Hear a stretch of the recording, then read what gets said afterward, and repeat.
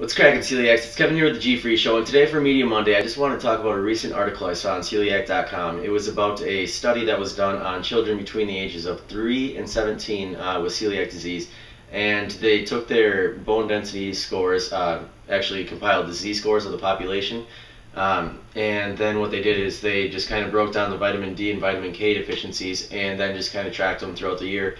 And then after the 1 year, just kind of saw where their scores were sitting after going on a gluten-free diet. So 43% of the kids had vitamin D deficiencies, and then after that 1 year, then actually half of them were no longer vitamin D deficient. And then as far as vitamin K, another huge component with, or huge vitamin 4 bone density measures, as far as the vitamin K, a quarter of them had vitamin K deficiencies, and then after a year, actually all of them were no longer vitamin K deficient.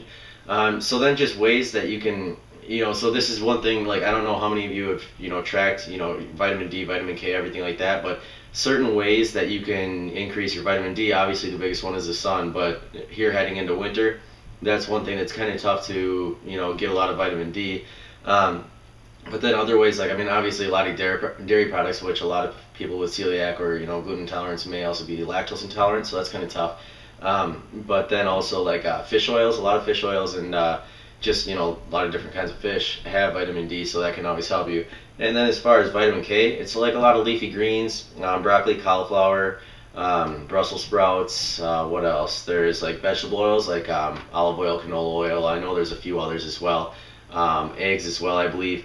So, I just kind of wanted to see what you guys thought about, as far as, well, first, if you were vitamin D or K deficient, or, how your bone density is. I know osteoporosis is a big thing with celiac disease, one thing that, kind of has to be monitored. So, yeah, that's just kind of, I wanted a little bit of input on this because I really don't know quite enough on, this subject as far as, what bone density score should be, or, how much vitamin D or K you're really supposed to be getting in a day. I just know, the sources of what you're supposed to be eating in order to keep those at, an optimal level. So, yeah, that's really everything for today. I was going to get out that Follow Friday episode last Friday, but I ended up having a huge work week and got done with work late, and I actually left my laptop and camera at work. So, yeah, that was there or at the office over the weekend. So, really, that's everything for tonight. And for tomorrow's Taste Test Tuesday, I'm not quite sure what I'm going to be trying out, but I'll figure something out, and then I'll be getting an episode out to you guys as well. So, all right, that's everything for tonight. Have a good one, guys, and I'll see you later.